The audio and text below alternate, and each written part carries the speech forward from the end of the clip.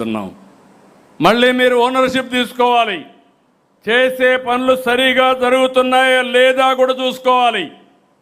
అందుకే యూనిట్ వారిగా బూత్ వారిగా ఏమేం చేయాలని ఎప్పటికప్పుడు మీకు గైడ్ చేస్తాం.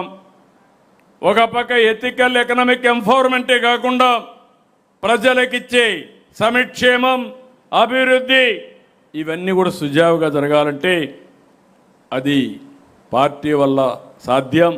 దానికి కూడా మీరు సూపర్వైజ్ చేసుకోవాల్సిన అవసరం ఉంది. ఇంకొక విషయం కూడా మీకు ముందు చెప్తున్నాను. క్యారెక్టర్ క్యారెక్టర్ క్యారెక్టర్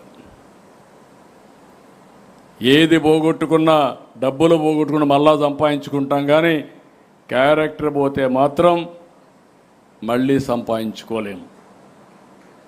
ఇది మీరు ఒక్కరు కాదు, ఇది పార్టీకే శ్రీరామ రక్ష. అందుకే ప్రతి ఒక్క నాయకుడిని కార్యకర్తను కోరుతున్నా, ప్రజల్లో ఒక పద్ధతి ప్రకారం పనిచేయడమే కాకుండా వేలెత్తి చూపని విధంగా నా కార్యకర్తలు ఉండాలని, నా కుటుంబ సభ్యులు ఉండాలనేది నా ప్రగాఢ కోరిక. అవసరమైతే ఎమోషన్స్ ఉంటాయి. ఓసారి రాజకీయ నాయకుడికి కావాల్సింది ఓపిక. 48 ఏళ్లుగా నాకు కూడా చాలా ఎమోషన్లు ఉంటాయి. ఎక్కడన్నా ఒక తప్పు చేస్తే ఒక్కసారి కాలు జారితే అక్కడి నుంచి ఎక్కడికి పోతాం మనకే తెలియదు. నోరు జారినా కూడా అది శాశ్వతంగా గుర్తుండిపోతుంది. ఎమోషన్ ముఖ్యం కాదు, ప్రాక్టికాలిటీ ముఖ్యం. ప్రజా జీవితంలో ఉండే మనం ఎప్పటికప్పుడు అనునిత్యం మన ప్రవర్తన అనేది చాలా ముఖ్యం అని చెప్పి మరొక్కసారి మీ అందరికీ తెలియజేస్తున్నా. ఏ చిన్న మరక కూడా అంటకుండా చూసుకోవాల్సిన బాధ్యత మీది. మళ్ళీ మీకు ఇంకొక విషయం కూడా చెప్తున్నా. తొందరలో ఎన్నికలు వస్తాయి. లోకల్ బాడీస్ సిద్ధంగండి. ఇన్ని పనులు చేసిన తర్వాత అన్ని ఎన్నికల్లో గెలిపించే బాధ్యత ఇప్పుడే రామ్మోహన్ రెడ్డి గారు చెప్పినట్టు కార్యకర్తలు నాయకులు తీసుకోవాల్సిన అవసరం మీ మీద ఉంది. ఇంకొక పక్క అన్ని ఎన్నికల్లో మనమే గెలవాలి. గెలవాలంటే అందరం కలిసి పనిచేయాలి. స్థానిక సంస్థల ఎన్నికల్లో మీరు ఫోకస్ చేయాలి. అది అయిన తర్వాత మీరు గుర్తుపెట్టుకోవాల్సింది, ఏ ఎన్నికొచ్చినా అక్కడ వాళ్ళు గెలిపించే పరిస్థితి రావాలి.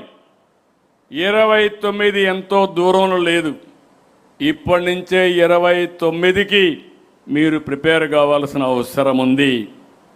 ఎన్డీఏ 2024 మీరందరూ కలిసి పనిచేశారు. బేషిజాలు లేకుండా పనిచేశారు. ఎమ్మెల్యేలను ఎంపీలను గెలిపించారు. ఎమ్మెల్యేలకు ఎంపీలు చెబుతున్నాను, ఇప్పుడే శ్రీధర్ రెడ్డి గారు ఒక మాట చెప్పారు.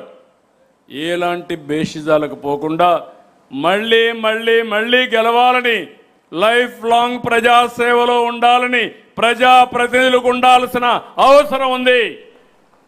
అప్పుడే మనం కూడా జాగ్రత్తగా ఉంటాం. లేదు ఎన్నికలు ఎప్పుడో వస్తాయి అప్పుడు కరెక్ట్ చేసుకుంటామంటే చేయి దాటిపోతుంది. ఆ విషయం మీరు గుర్తుపెట్టుకోవాలి. ఇంకొక పక్కన ఎన్డీఏ పార్టీలతో సంఖ్యతగా ఉండండి. ఈ విషయంలో కూడా మీరు గుర్తుపెట్టుకోవాల్సిన అవసరం ఉంది. ఏదో ఎమోషన్గా మళ్ళా ఎలక్షన్ అప్పుడు వస్తారులే అనుకుంటే కరెక్ట్ కాదు. తెలుగుదేశం పార్టీకి ఒక సిన్సియారిటీ ఉంది, చిత్తశుద్ధి ఉంది. ఎప్పుడు కూడా మిత్రపక్షాలని చిత్తశుద్ధితో కలుపుకుంటూ వచ్చాం. ఆ సాంప్రదాయాన్ని మీరు కంటిన్యూ చేయాల్సిన అవసరం ఉంది. అందుకే ఇప్పటి నుంచి ఈ విషయంలో కూడా మీరు అందరూ కూడా ముందుకు పోవాల్సిన అవసరం ఉందని చెప్పి నేను మీకు తెలియజేస్తున్నా. అందరం కూడా సుస్థిరమైన పాలనతో, సమర్థవంతమైన పాలనతో దీర్ఘకాలిక ప్రయోజనాల కోసం పనిచేద్దాం. మళ్ళీ ఎన్నికల్లో గెలిపించుకుంటూ ముందుకు పోదాం. అందుకే ఒకే మాట చెప్తున్నాను, మీ ప్రాంతాల్లో మీరు కష్టపడండి, ప్రజాభిప్రాయాన్ని ప్రజామోదాన్ని పొందండి.